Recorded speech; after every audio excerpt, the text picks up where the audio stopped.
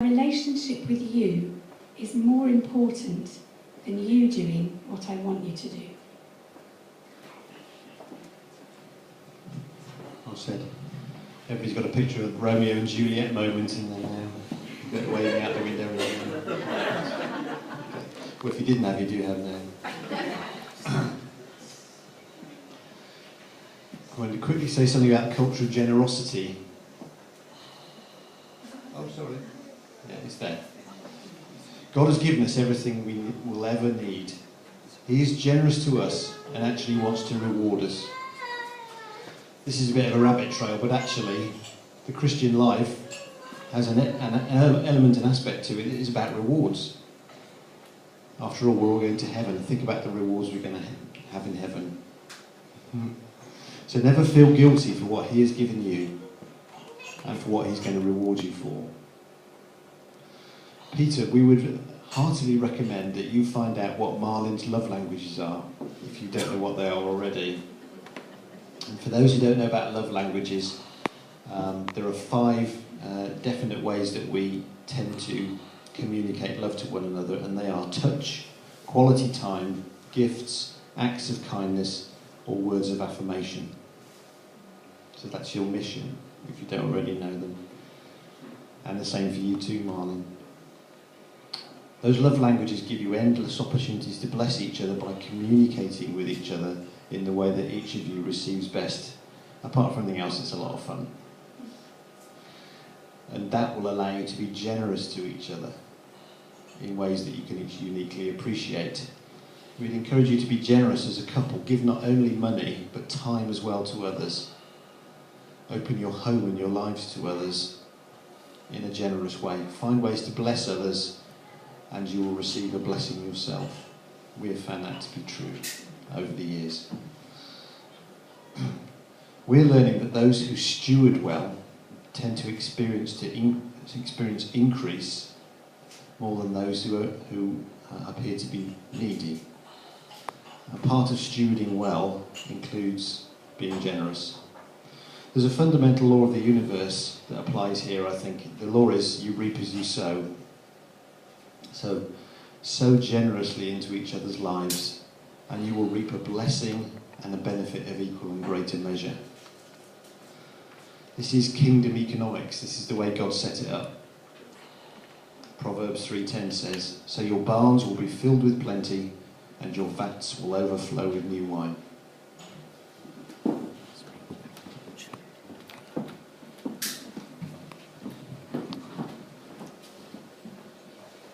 Foundation stone number 5 is the culture of excellence.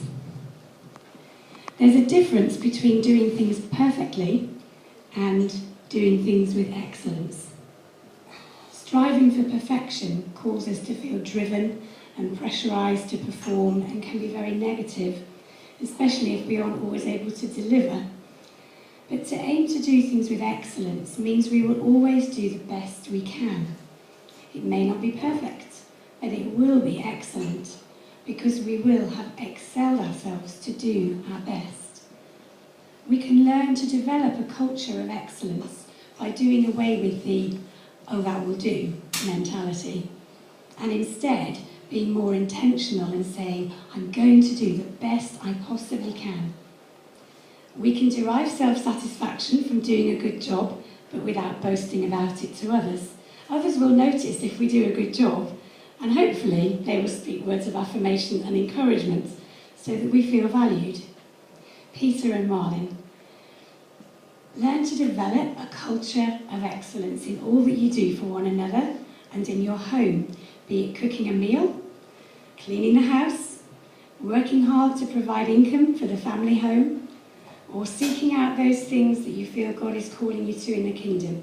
Be intentional about doing things with excellence. Doing things with excellence doesn't have to cost money, but it is often the small things and the little extra touches that make things excellent. Laying the table out for dinner with a candle and napkins, for example. Making the bed each morning. Learning to make tea and coffee in the way each other likes it. And where there are annoyances, we don't have those, do we? Where there are annoyances.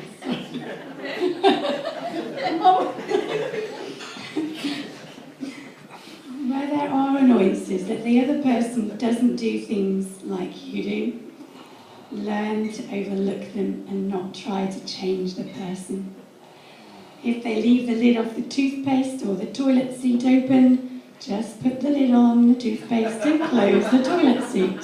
It's much less stressful than trying to change the habits of the other person in matters that aren't really that important.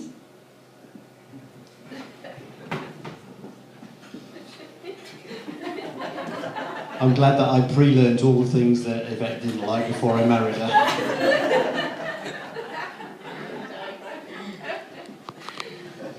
Just another thing on the culture of excellence. There's a culture of excellence has driven the preparation for this wedding, without a doubt.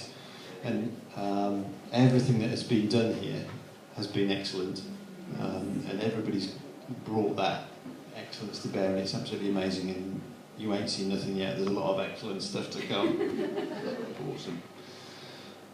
A quick word on the culture of thankfulness. Right, so why should we cultivate a culture of thankfulness? Well, for a start, it's commanded in the Bible. 1 Thessalonians 5:18 says, "Be thankful in all circumstances, for this is God's will for you who belong to Christ Jesus." So being thankful is part of heaven's culture that we're seeking to bring to earth. What we give thanks for increases, and it releases breakthrough for more. This is something that we're training ourselves in, particularly in Open Heaven. We're learning that even when God does a small healing, for example, a cold or a headache, we are learning to celebrate it as if a cancer has just dissolved. Why? Because what we give thanks for increases. And we'll look forward to the days where we see the stories before us where somebody sneezes a tumour out of their nose. Yeah. And where metal dissolves in someone's knees right before your eyes. And yes, we've seen that too. It's therefore really important to be thankful for one another and for what God is doing in each of your lives, both the great things and the small things too.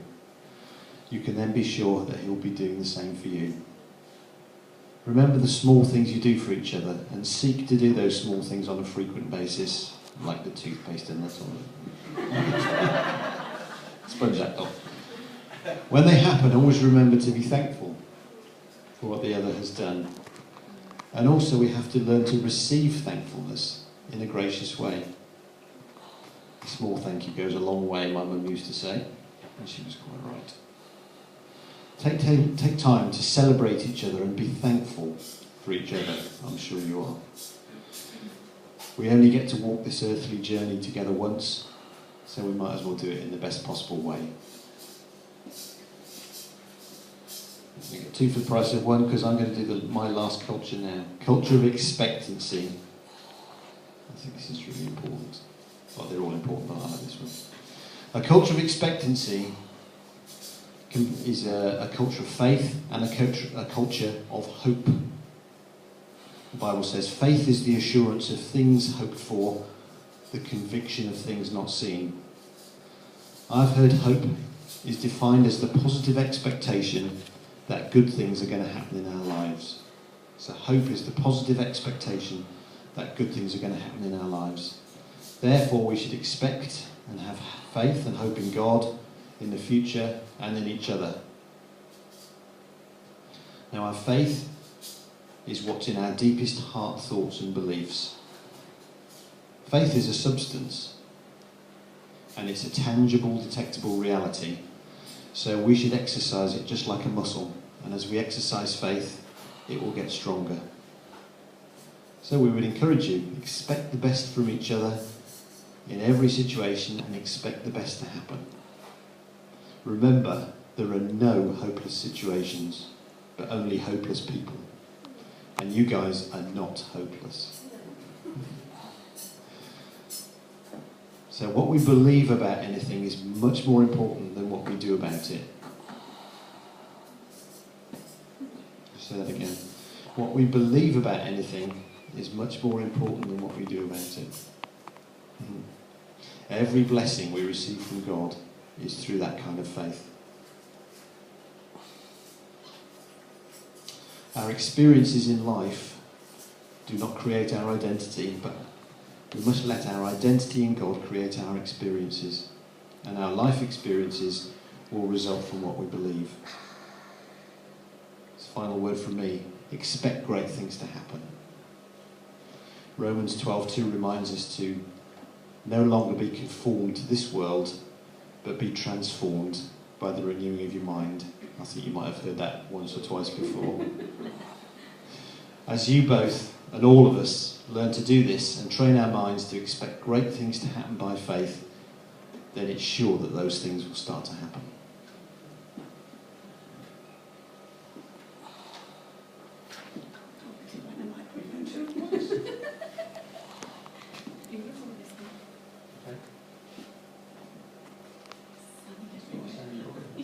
To go and collect some sand this morning from the beach, and I forgot to bring my bucket.